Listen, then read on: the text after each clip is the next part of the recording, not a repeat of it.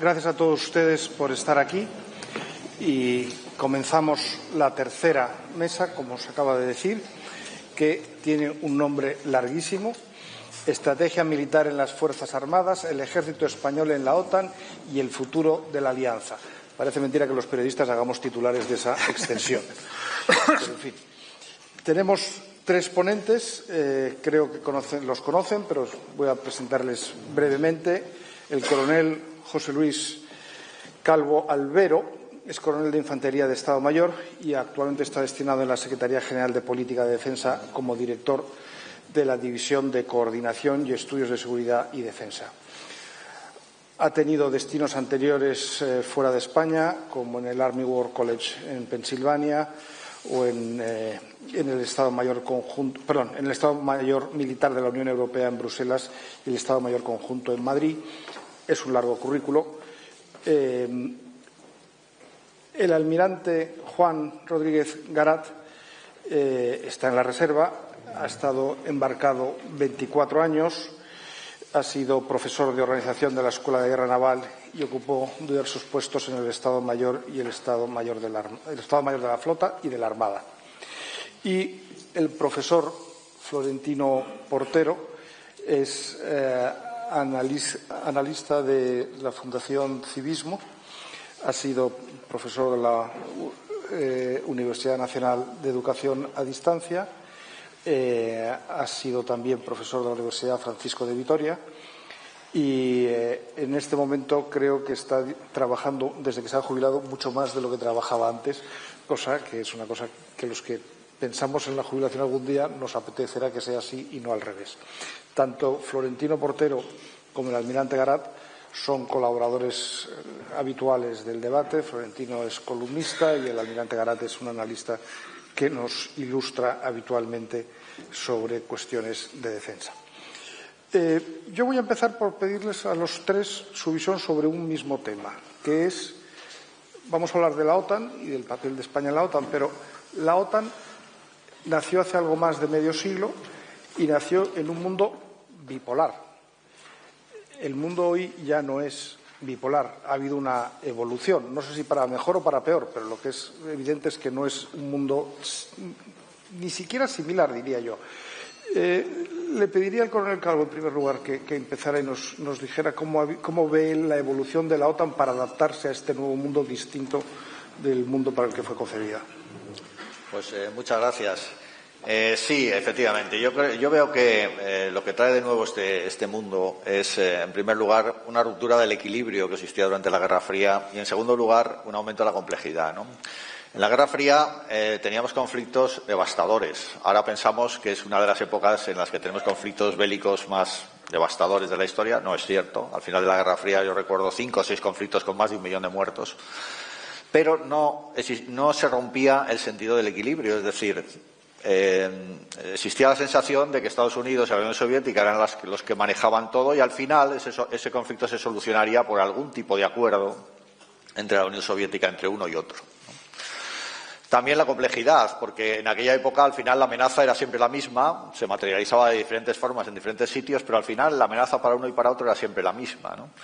Entonces eso se ha perdido. Por un lado, esa sensación de que el mundo está ordenado, de que hay dos potencias que deciden al final cómo se va a solucionar la crisis, se ha perdido. Ahora mismo no se sabe muy bien cómo se van a solucionar las crisis porque hay múltiples actores. Y por otro lado, pues la complejidad es mucho mayor porque ya no hay una única amenaza, ¿no? Quizá vayamos hacia ella, ¿no? Pero todavía le faltaría mucho, ¿no? Es decir, ahora mismo podemos encontrarnos muchas amenazas diferentes en diferentes lugares, que no son de la misma naturaleza. Y ese es un problema para la OTAN, porque la OTAN efectivamente fue orientada hacia una amenaza muy específica. Es verdad que actualmente en esa zona donde la OTAN estaba orientada ha vuelto a surgir una amenaza muy específica, pero hay muchas otras. Y son de diferente naturaleza y no son la misma. Y tenemos el sur, que nos preocupa tanto a nosotros, pero tenemos amenazas de muy distinto signo. Entonces yo creo que ese es el mayor problema para la alianza. Tiene que adaptarse a un mundo en el que no haya solo una amenaza, un enemigo y dos superpotencias que deciden al final lo que se va a hacer, sino un mundo incierto, cambiante, en el cual las amenazas son múltiples y tiene que mirar en 360 grados, como decía en su último concepto estratégico. Si puedo hacer una pregunta antes de pasar al almirante Garat. Ha dicho en un momento de su intervención que quizá vayamos hacia una única amenaza. ¿Cuál es esa única amenaza? Una coalición de países que por su orientación antioccidental en un momento dado lleguen a un mayor grado de integración que actualmente no lo tienen, ¿no? Almirante, por favor. Sí, yo creo que el futuro de la Alianza se empezó a delinear realmente en la Cumbre de Madrid con el nuevo concepto estratégico. Lo que pasa es que la visión de lo que ocurre en Ucrania ha oscurecido en buena parte algunas de las novedades, quizá la más importante del concepto estratégico. Efectivamente, la amenaza soviética ha desaparecido, la rusa la ha sustituido y la preparación de la OTAN o la adaptación de la OTAN al escenario de Ucrania ha llamado la atención de todos los medios. Pero quizá lo más importante del concepto es esa aproximación 360 grados, esa estrategia 300 grados que es novedosa, que ya supera el artículo 5, no lo menciona en el concepto estratégico y menciona en lugar de eso la defensa de cada pulgada de territorio aliado en todas las direcciones. Y eso que en España se ha interpretado siempre en clave ciudades autónomas del norte de África, si sí, si no, realmente en el seno de la OTAN, una alianza mucho más grande, no estaban pensando en Ceuta y Melilla cuando redactaron ese párrafo, tampoco estaban pensando ni siquiera en el flanco sur. El flanco sur de la OTAN lleva ahí desde hace muchos años y es menos prioritario que el flanco este, pero está ahí. Lo que estaban pensando es en lo que ocurre en el mundo. Lo que ocurre en el mundo, que todos lo sabemos, si nos pensamos con cierto detalle, ocurre además en casi todos los mares del mundo. Por eso la OTAN, cuando dice que necesita una aproximación 360 grados, está buscando un papel para afianzar la seguridad de los aliados donde verdaderamente está amenazada, que puede ser pues, en el mar de China Meridional, en el Mar Rojo o en el futuro en el Ártico. Y si quieres luego podemos hablar algo más de estrategia marítima.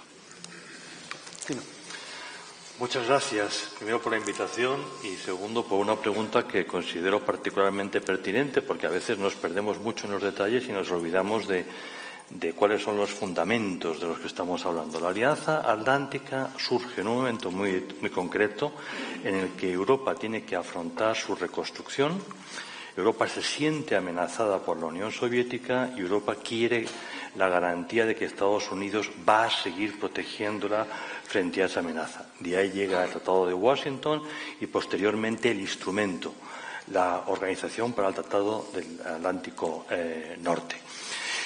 Es muy importante en ese tratado, en el Tratado de Washington, que los firmantes no se limitan a establecer una alianza, sino que quieren ir más allá y definen un auténtico sistema de defensa colectivo, que es otra cosa. O sea, una alianza es alguien me amenaza, yo me reúno con otros que se sienten amenazados y conjuntamente definimos una estrategia para contener o para derrotar. Las alianzas son de quita y pon. Como nos recordaba Lord Castlereagh, los estados tienen intereses, los amigos van y vienen. La Alianza Atlántica no es eso, aunque se llame alianza. Es un sistema de defensa colectiva en cuyo tratado no se menciona a la Unión Soviética. No se menciona ninguna amenaza. Lo que se dice es nos reunimos para defender los valores de la libertad y para promoverlos.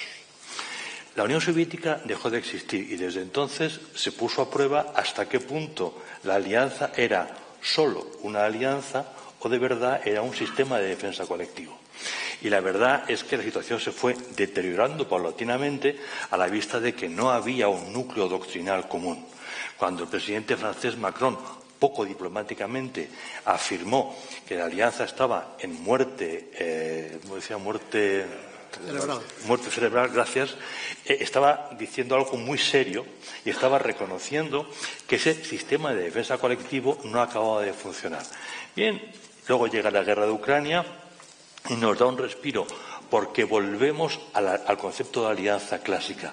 Pero en estos momentos tenemos que reconocer que más allá de la posición formal de los gobiernos cuyos estados son miembros de la alianza, la realidad es que en la sociedad europea son muchos los que cuestionan que realmente, uno, Rusia sea una amenaza y dos, tema no menor, China sea un reto sistémico. Si repasamos los viajes del canciller alemán o del presidente de gobierno español recientemente a China, su comportamiento no es el de quien piensa que China es un reto sistémico, sino más bien un socio comercial. Por lo tanto, en estos momentos tenemos que reconocer que la Alianza Atlántica está en cuestión desde la propia sociedad y desde los propios gobiernos. Y para nadie es un secreto que lo que pase el 5 de noviembre en Estados Unidos va a ser importante, puesto que tenemos declaraciones de uno de los dos candidatos, el candidato republicano, el señor Trump, cuestionando el interés norteamericano. Hoy, asumamos, para Estados Unidos, Europa no es el teatro principal, como sí lo fue en 1949 o 50 o 67. El teatro principal está en el Pacífico. El crecimiento del mundo, la parte dinámica del planeta, está en Extremo Oriente y está en el espacio del Pacífico. Ahí se está concentrando todo. Por lo tanto, será muy importante que los europeos tengamos algo que decir con una sola voz en Washington a partir de enero del año que viene, porque inevitablemente tendremos que replantear tanto el vínculo de seguridad como otro que no es menor y que está vinculado, que es el vínculo económico. Estamos en plena revolución digital. Draghi nos acaba de recordar cómo el crecimiento norteamericano se distancia del no crecimiento europeo. El futuro de la Alianza Atlántica tendrá que ver con el futuro de la economía en esta región, si es que hay un futuro común o sencillamente el divorcio se consolida. Estados Unidos va por una parte y Europa va por otra. Has tocado muchas cosas. Vamos a ver si puedo repasar alguna por partes. Coronel, el profesor Portero ha mencionado de pasada las consecuencias que puede tener las elecciones norteamericanas y la victoria de uno u otro. En este momento hay algo más que una posibilidad, creo yo, de que la victoria final sea de Donald Trump, vistas las tendencias de las encuestas. Creo que las encuestas lo que hay que mirar son las tendencias, no quién saca 27 y quién saca 28. Eso tiene menos valor. ¿Qué puede suponer para la Alianza Atlántica un presidente que claramente no quiere mantener las inversiones que Estados Unidos ha hecho en defensa hasta ahora fuera de su territorio? Pues el problema es que la alianza tiene una ventaja y un inconveniente con Estados Unidos, ¿no? Estados Unidos es el líder de la alianza clarísimo, es el que pone 60 o 70% de su potencia militar, lo cual ha sido positivo para la alianza. Es algo que, por ejemplo, en la Unión Europea nunca se ha conseguido. En la política común de seguridad y defensa nunca ha habido un líder claro y eso al final tiene consecuencias. En la OTAN ha habido siempre un líder claro y eso tiene sus ventajas. Pero claro, eso también tiene un inconveniente y es que si ese líder flaquea, pues la alianza se resiente enormemente. Y entonces el que flaquee Estados Unidos, muchas veces el problema del presidente Trump, que ha sido presidente ya, fue presidente, expresidente Trump, en caso de que él vuelva a ser presidente, es que no hay una buena conexión entre lo que dice y lo que hace. Es decir, él no realmente, en el aspecto material no debilitó a la alianza, pero en el aspecto de la percepción la debilitó enormemente. Todas esas declaraciones de no voy a defender a Montenegro o no voy a esta gente que no se gasta, no las voy a defender, son tremendamente dañinas, ¿no? Porque la disuasión al final hay una parte material, pero hay una parte de percepción, ¿no? Entonces, esa parte de percepción es esencial, ¿no? Y muchas veces pensamos que lo que llevó a Putin a invadir Ucrania en un momento dado es que percibió debilidad. Macron diciendo eso de la muerte cerebral, Trump diciendo que no voy a defender a Biden replegándose de Kabul. Entonces las percepciones son esenciales y ese es el principal problema. Yo no estoy muy seguro de lo que hará Trump, también depende de la gente que se rodee, ¿no? Pero si sigue con esa política de declaraciones agresivas hacia sus aliados y de falta de solidaridad, pues hará mucho daño a la alianza, un daño importante. Almirante, ¿coincide? Sí, si uno mira lo que ha hecho Trump en política exterior, es prácticamente lo que hubiera hecho cualquier republicano añadiéndole los insultos en Twitter. O sea, que no es que haya una diferencia clara de política exterior, pero sí que el ambiente, el entorno se complica y eso debilita la disuasión que puede hacer la alianza. El resultado de las elecciones en Estados Unidos, a poco que uno lo siga, no depende de la política exterior. Fundamentalmente los temas que están en cuestión son el aborto, la inmigración, la economía. Eso es lo que va a votar el pueblo americano. Lo que resulte de eso, evidentemente, puede dejar a dos presidentes muy distintos y dos formas muy distintas de ejercer la presidencia, pero ambos con respeto a los intereses geoestratégicos americanos. Y Estados Unidos siempre se ha debatido entre un alma aislacionista, que la tienen presidentes de ambos partidos, o el alma intervencionista. Si Estados Unidos se repliega en sí mismo, como puede ocurrir si sale elegido el candidato republicano, o como es más probable que ocurra, porque realmente podría ocurrir con cualquiera de los dos, si Estados Unidos se repliega en sí mismo, sería malo para la seguridad de Occidente. Cada vez que Estados Unidos se ha replegado en sí mismo, el mundo ha sufrido. Y Estados Unidos también, pero hay que convencerles a ellos. Y ellos no tienen esa perspectiva tan clara. Ha pasado en la Primera Guerra Mundial, en la Segunda, y podría pasar, no en una tercera, pero sí en una complicación de la situación que podría derivarse de todo esto. Quizá lo mejor que se puede hacer desde Europa para compensar este posible aislacionismo americano es ofrecer algo a cambio. Y yo creo que en el fondo eso es lo que está en la estrategia 360 de la OTAN.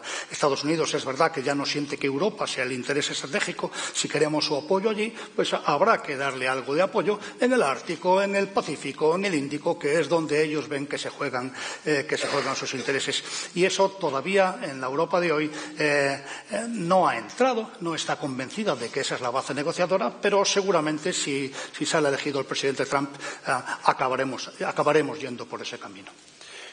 ¿Hay una relación causa-efecto entre esa tendencia aislacionista, ese peligro aislacionista norteamericano y el que por primera vez tengamos en la Comisión Europea un comisario con competencias o con funciones en defensa?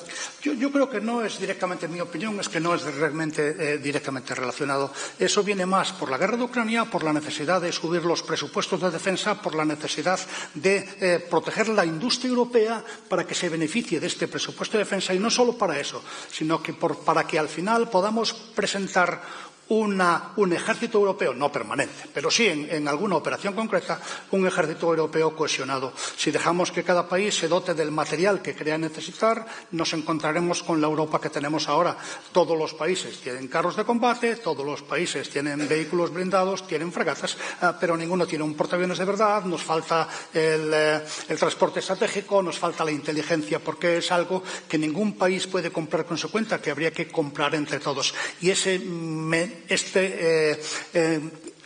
representante de defensa que se acaba de crear en la Comisión viene, creo, a tratar de satisfacer esa necesidad, a armonizar las posturas para que entre todos podamos tener una selección adecuada y no tengamos todos los países defensas, de forma que a la hora de organizar el equipo europeo nos falte ese crack que solo podríamos adquirir entre todos. Mi coronel, ¿está de acuerdo? Sí, la creación de una dirección general en la Comisión realmente es la manera en la que la Unión Europea vio que era más fácil trabajar en defensa, porque el problema que tiene la Unión Europea es que para realmente progresar en su política común de seguridad y defensa tendría que cambiar los tratados. Es decir, ahora mismo no se pueden financiar operaciones militares, hay muchas limitaciones. ¿Qué se puede hacer? Industria. En la industria se puede trabajar, se puede financiar, se pueden meter fondos del presupuesto europeo. Entonces ha sido una salida lógica, ¿no? Y es lógico también porque quizá la Unión Europea ha seguido a veces una política de empezar por el tejado, es decir, tener unas fuerzas de reacción rápida, y ya veremos cómo las sostenemos, en caso de que haya que desplegarlas, en lugar de empezar por los cimientos, es decir, industria de defensa, legislación, financiación. Entonces, yo creo que ha sido un cambio de política lógico y beneficioso, porque efectivamente hay que empezar por los cimientos, y uno de los cimientos es la industria de defensa. ¿Tú crees? Vamos a ver, hay un discurso, digamos, casi institucional en Europa por el cual nos interesa que gane Harris porque Harris nos va a dar tiempo a poner la casa en orden, mientras que si llega Trump esto puede estallar. Yo no compro este argumento, básicamente porque creo que la Unión Europea en estos momentos es como la Unión Soviética en tiempos, donde tú prestabas dinero a la Unión Europea e iba a un agujero negro. El tiempo para la Unión Europea es un agujero negro. Lo que necesita son shocks darwinianos. Y Trump puede ser exactamente la medicina que hoy necesitamos para acabar de despertar de una santa vez. Donald Trump es un personaje psicológicamente singular. Como ni soy psicólogo ni psiquiatra, yo me quedo aquí. Viene de un sector muy especial, que es el sector del ladrillo, que no es el más elegante, pero que conocen la calle. Si desde la Unión Europea, desde Europa, se pide una cita con Trump y se dice vamos a negociar nuestro entendimiento en todos los planos, reconociendo que el mundo ha cambiado y que lo que tenemos es anacrónico, van a recibir a esa persona. Si llegamos allí y reconocemos que la Alianza Atlántica como algo dirigido únicamente a la protección de Europa es anacrónico y que los retos de Europa son los mismos que los retos que tiene Estados Unidos y que los valores de los que partimos son los mismos, nos van a escuchar. Y, por lo tanto, se puede perfectamente negociar la adaptación de la Alianza Atlántica al tiempo presente. Lo acaba de decir el almirante Rodríguez Garat. Evidentemente hay que entender que los retos son globales. Si nosotros en Madrid, en el documento de Madrid, reconocemos que China es un reto sistémico, estamos reconociendo que tenemos retos globales, no únicamente limitados a nuestro espacio geográfico. De todo esto, en Washington no solamente son conscientes, sino que son sensibles. Si llegamos allí y hablamos de esto, es posible. Eso no quiere decir que España tenga que enviar una brigada a Filipinas. Son cosas distintas. Sencillamente reconocer y luego hablar del reparto de funciones. El problema, Ramón, es a quién enviamos. Macron es formalmente presidente de la República Francesa, pero solo formalmente, no manda ya en Francia. El gobierno alemán es una broma de mal gusto, que ha conseguido que Volkswagen inicie el camino hacia la quiebra, que ya tiene mérito, que no es cosa particularmente fácil. La reelección de la señora von der Leyen al frente de la Comisión es de una irresponsabilidad por parte del Partido Popular Europeo de nota. O sea, pensar que von der Leyen sea la persona que entre en la Casa Blanca a negociar hipotéticamente con Trump es una cosa de locos. Hoy ni tenemos una posición consensuada, pero sobre todo no tenemos líderes. La clase política de hoy es una clase que ha nacido en el bienestar. La clase política que firmó el Tratado de Washington había vivido 2 guerras mundiales. Eran personas hechas y maduras. Los de ahora están a falta de un hervor. Han dado por sentado muchas cosas, como por ejemplo la paz. No tenemos armamento porque ¿para qué necesitarlo? O sea, no tenemos ni balas, porque ¿para qué queríamos balas si la paz era un derecho consolidado? Este es el problema del estado de bienestar, que hace que la gente se instale en un universo paralelo. Nuestro principal problema hoy no es Trump, es a quién enviamos a negociar con Trump y de qué va a negociar, en nombre de quién. Bien. Cuando pensamos en la alianza, en la OTAN, pensamos esencialmente en los ejércitos, pero pensamos poco en los mares. Y el mar es una parte del área que la alianza también tiene que defender. ¿Qué peso se le da a las fuerzas navales en la alianza, almirante? En la parte militar, mucho. Hay que reconocer que esto empieza a ser el Tratado del Atlántico Norte. Y durante los largos años de amenaza del Pacto de Varsovia, el Atlántico era un espacio vital porque era el camino para traer las divisiones americanas que debían de combatir el frente central, y los flancos marítimos de la Alianza, el Mediterráneo y el Mar del Norte, eran decisivos para compensar la superioridad estratégica del Pacto de Varsovia. Cuando se cayó el Pacto de Varsovia, cuando desapareció la Unión Soviética, la propia OTAN reaccionó y desapareció el mando aliado del Atlántico, desapareció SACLAN, se convirtió en una entidad burocrática que se encarga de la transformación de la alianza, y poco tiempo después desapareció también pues la segunda flota norteamericana, la flota del Atlántico. Desapareció, se desactivó. Aquello parecía no existir, esa amenaza. No fue Ucrania, sino antes, ya a partir de la anexión de Crimea, que sí que es Ucrania, pero no fue antes de la invasión de Ucrania cuando se empezó a dar cuenta la propia alianza de que la amenaza volvía a crecer, ¿no? Estados Unidos recreó la segunda flota en el 2018 y en el 2019 se creó un mando operacional del Atlántico. Luego, antes ya de la guerra de Ucrania, la parte militar de la OTAN iba preparando a sus fuerzas navales para el teatro de operaciones. Lo que se nos ha quedado todavía en el tintero es la otra parte, en el concepto de Madrid, cuando se abre la estrategia a 360, se abre la estrategia a los lugares donde el mundo, donde Occidente está amenazado, donde España también está amenazada. No podemos decir que, aunque nos hemos desentendido de lo que ocurre en el Mar Rojo, no podemos decir que no nos afecta, porque parte de lo que nosotros necesitamos para sobrevivir viene de allí. Y esto estará pasando pronto a través del Ártico, o lo que ocurra en el Mar de China a los españoles nos debería afectar, porque el mar sigue siendo un camino necesario, porque sigue siendo una frontera a guardar, porque sigue siendo fuente de recursos y sobre todo porque la libertad del mar permite que sea un tablero estratégico donde ponemos submarinos nucleares con armas balísticas y portaaviones que no tienen nada que ver con la mar, que realmente son piezas estratégicas a que gobernar. Y esa parte de desplazar nuestro poder militar a los mares del mundo, pues es todavía una asignatura pendiente de la Alianza. Y es una asignatura que depende también mucho del liderazgo. Florentino lo acaba de decir, el liderazgo es un grave problema. El problema está en que los líderes los hemos escogido nosotros. Quizá el problema esté más en nuestro terreno que en el de los líderes que escogemos, pero es difícil, no se ve a ningún líder europeo en este momento con voluntad de participar en esta estrategia global, estrategia marítima global, que de cara al futuro pues va a tener mucho más importancia que ahora. Hemos mencionado varias veces Ucrania, la guerra en Ucrania, pero en esta estrategia 360, la otra guerra que tenemos al otro lado del Mediterráneo es una guerra que se prolonga ya desde hace 13 o 14 meses, no recuerdo exactamente cuánto. Es una guerra que indirectamente tiene el problema de los hutis y cómo está afectando a la navegación el pirateo que hace esta gente. España ha optado por alejarse de eso y tenemos una guerra sobre el terreno en Israel y los territorios palestinos que no ha terminado, aunque está en un estado muy avanzado. Yo creo que la parte de Gaza le queda relativamente poco.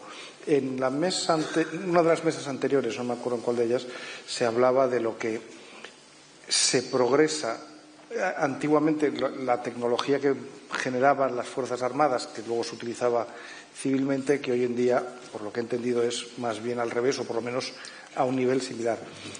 No en los territorios palestinos, sino en el Líbano, vimos un ataque que yo creo que pasará a la historia con el caballo de Troya, porque la forma en que se consiguió en una operación perfectamente discriminada, la más discriminada de la historia militar, que es ponerles un Viper a que les estalle a los miembros de una organización terrorista, a todos ellos, es algo perfectamente selectivo. ¿Esto es una muestra de cómo estamos avanzando, consiguiendo desarrollar nuevas tecnologías? Sin duda. Vale. Lo que pasa es que cuando tocas Oriente Medio, reconozcámoslo, es la parte más complicada del planeta. Yo más bien utilizo el término conflicto como paraguas de distintas guerras y de distintas tensiones diplomáticas. Como no, tenemos un problema de Israel con los árabes palestinos que viene del año 47-48, cuando los palestinos no quieren tener un Estado palestino porque implica reconocer la existencia del Estado de Israel. Y eso es una lógica. Pero en estos momentos esa región tiene otras tensiones de mayor grado y esas tensiones se interrelacionan unas con otras. Es la tensión entre islamistas y no islamistas, donde algunos islamistas, como Arabia Saudí, han tenido que cambiar de bando porque los islamistas más radicales les han cuestionado. Tenemos un reto de liderazgo entre el ámbito persa y el ámbito árabe, con un trasfondo de suníes contra chiíes. Al final, los persas chiíes se hacen con el control de los suníes islamistas para cuestionar la estabilidad de los suníes no islamistas, Arabia Saudí, Emiratos, el Reino de Marruecos, etcétera, etcétera. Y paradójicamente, Israel se convierte en la garantía de seguridad de los sunitas moderados frente a Persia. El tema es realmente complicado. Ahora, en estos momentos nos encontramos con fenómenos como Israel aporta tecnología de última generación en la región. Muchas de las universidades israelíes tienen ingresos muy importantes derivadas del ejercicio de las patentes, de la venta de patentes, y muchas de esas patentes son de uso dual, pero al mismo tiempo hay otros estados, como por ejemplo Emiratos, y algunos de ellos, los Emiratos, como puede ser Abu Dhabi, donde estamos viendo un desarrollo tecnológico realmente impresionante. Entonces, sí, cómo no, la tecnología lo está cambiando todo. Y eso es la cosa más normal del mundo cuando se vive una revolución digital. Lo importante es entender que estamos en el principio de ese proceso y que de aquí a 15, 20 años, lo que podríamos llamar el ranking de países va a cambiar drásticamente. Y aquellos países que no estén de verdad invirtiendo en innovación en los sectores críticos van a perder posiciones.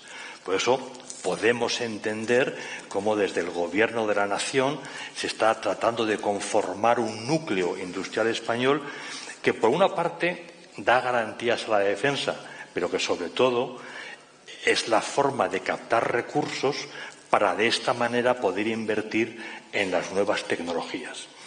La defensa y la vanguardia tecnológica siempre han ido de la mano, siempre. Obvio es decir que la web surge de una demanda del Pentágono y muchísimos más ejemplos, pero es que desde la antigüedad la defensa exige siempre última generación de tecnología, siempre, hasta la infantería, que podemos pensar que, bueno, son pisahormigas y no. Los pisahormigas utilizan sistemas de comunicación muy sofisticados y necesitan apoyos muy complejos. Por lo tanto, desde luego, estamos viviendo un momento donde hay un vínculo íntimo entre tecnología, revolución digital y Fuerzas Armadas. Mi coronel, en ese escenario del Líbano tenemos una presencia española en las tropas que están adscritas a la FINUL. ¿Qué labor puede hacer en este momento y en ese contexto, en la situación que hay nuestras tropas? ¿Qué puede hacer la FINUL genéricamente? No me refiero a las tropas españolas específicamente, aunque es lo que nos toca. Pues lo tienen difícil porque su misión original realmente era facilitar la transición en el sur del Líbano para que el ejército libanés pudiese hacerse con el control de todo el territorio al sur del río Litani, que Hezbollah desapareciese, aunque realmente UNIFIL no tiene relaciones con Hezbollah, ¿no? Pero bueno, facilitar que el ejército libanés se hiciese cargo de eso y al final las relaciones fuesen entre el ejército libanés y Israel, ¿no? Actualmente, ¿qué pueden hacer? Pues la mayor contribución que pueden hacer es la de monitorizar lo que está ocurriendo. Y, de hecho, ese es el motivo por el que a veces están siendo atacados. Les están atacando su capacidad de observación, su capacidad de ver lo que está ocurriendo. Y quizás por eso es por lo que Naciones Unidas prefiere mantenerlos sobre el terreno, porque mientras estén ahí, incluso estando ahí, simplemente el hecho de que estén ya hace que de alguna manera se moderen las hostilidades. Y, por otro lado, están monitorizando, están viendo lo que está ocurriendo sobre el terreno. Algo que probablemente en el futuro tendrá sus consecuencias, ¿no? Pero hay alguien que es testigo de lo que ocurre. Sí, pero con las manos atadas prácticamente. Claro, porque los mandatos de Naciones Unidas son muy limitados. Entonces, ni tienen mandato, ni tienen medios para, ni sería probablemente aconsejable que intentiesen intervenir de alguna manera en ese conflicto, ¿no? Lo único que pueden intentar es cumplir con su misión, que actualmente es prácticamente muy difícil, ¿no? Y ser testigos de lo que está ocurriendo. Bueno, yo quiero terminar haciéndoles a los tres una pregunta que es, o recordarles, antes de hacerles una pregunta, lo polarizante que fue la OTAN y la entrada de España en la OTAN en 1900, si no recuerdo mal, 86. 84. 82. 82, no. Primero. El referéndum. El referéndum. Que yo creo que fue el 84. Fue un momento de división absoluta en España. Fue un momento en el que vimos movimientos políticos sorprendentes que dieron un resultado positivo, pero mi pregunta es, 50 años después o los que hayan pasado, la OTAN, para la mayoría de los españoles, ya no genera polémica. Por supuesto que sigue habiendo algunos grupos más o menos extremistas que consideran que hay que disolverla, que tiene que desaparecer. Bueno, pero eso yo creo que hoy es marginal. Esto es fruto de una percepción del común de los españoles del valor que tiene el tener una defensa organizada en torno a la alianza internacional? ¿Esto es fruto de que los militares resulta que son más simpáticos que antes? ¿Cómo se ha producido esta evolución tan positiva? Sí, es difícil de explicar. La OTAN, sobre todo, lo que ha conseguido es salirse del foco del debate. Y se beneficia de una mejora de los españoles muy clara en la percepción de la profesión militar, de los militares, que se ha ido generando muchas veces casi utilizando el atajo de las operaciones de paz y de las intervenciones de la Unión Militar, de la Unidad Militar de Emergencias en la propia España, que hoy día, todos los días, la verdad es que demuestran el valor que tiene la disciplina y la cohesión de una organización a la hora de enfrentarse a emergencias. La percepción que tiene España de los militares, a pesar de que el CIS ha dejado de hacer encuestas desde el año 2017, ya hace 7 años de la última vez que lo publicó, sabemos que las Fuerzas Armadas están muy valoradas. La defensa no ha seguido el mismo camino. Una cosa es admitir que los profesionales de las Fuerzas Armadas caen más simpáticos a la sociedad y otra cosa es pensar que siguen siendo útiles para lo que es su profesión fundamental, que es la disuasión y evitar la guerra. Y en caso de que la guerra se produzca, a ser posible ganarla, ¿no? Que esa es la verdadera esencia de la profesión militar. Eso no ha sido aceptado hasta hace muy poco. Realmente hasta la guerra de Ucrania, la mayor parte de los españoles pensaban que la guerra era algo del pasado, algo superado, algo anacrónico y que no iba a volver a ocurrir. Poco a poco, eso ha ido, la guerra de Ucrania ha conseguido, y la presión de Europa, más que la de la OTAN, ha conseguido que los españoles, además de que le caigan simpáticos los militares, estén, la mayor parte de ellos, dispuestos a invertir más en su defensa, que ya demuestra que hay una percepción diferente de la amenaza. Y la OTAN, ya digo, no es ahora el caballo de batalla. A todos nos preocupa mucho más la Unión Europea que la OTAN, pero la Unión Europea se ha puesto detrás de la OTAN, en la retaguardia de la OTAN, a la hora de exigir ese músculo militar que nos ha faltado siempre. Y como lo reclama la Unión Europea, que es una institución que todos los españoles vemos como mucho más relevante en nuestras vidas que una alianza militar, prácticamente en la mayoría de los españoles de hoy día no hay manifestaciones porque el gobierno haya dicho que vaya a subir al 2%, cosa que hace 10 años hubiéramos tenido a la gente en la calle pues prácticamente todo el tiempo. Sí, nosotros la verdad es que en la Secretaría General de Política de Defensa hacemos encuestas todavía, a partir del 2017, que deja de hacerlas el CIS, y lo que nos sale es que, en general, los españoles, curiosamente, confían más para su seguridad y defensa en la Unión Europea. El margen es muy pequeño, ¿no? Es decir, en la OTAN confían bastante, pero confían más en la Unión Europea. Bueno, es curioso, pero es lo que sale cuando lo preguntamos, ¿no?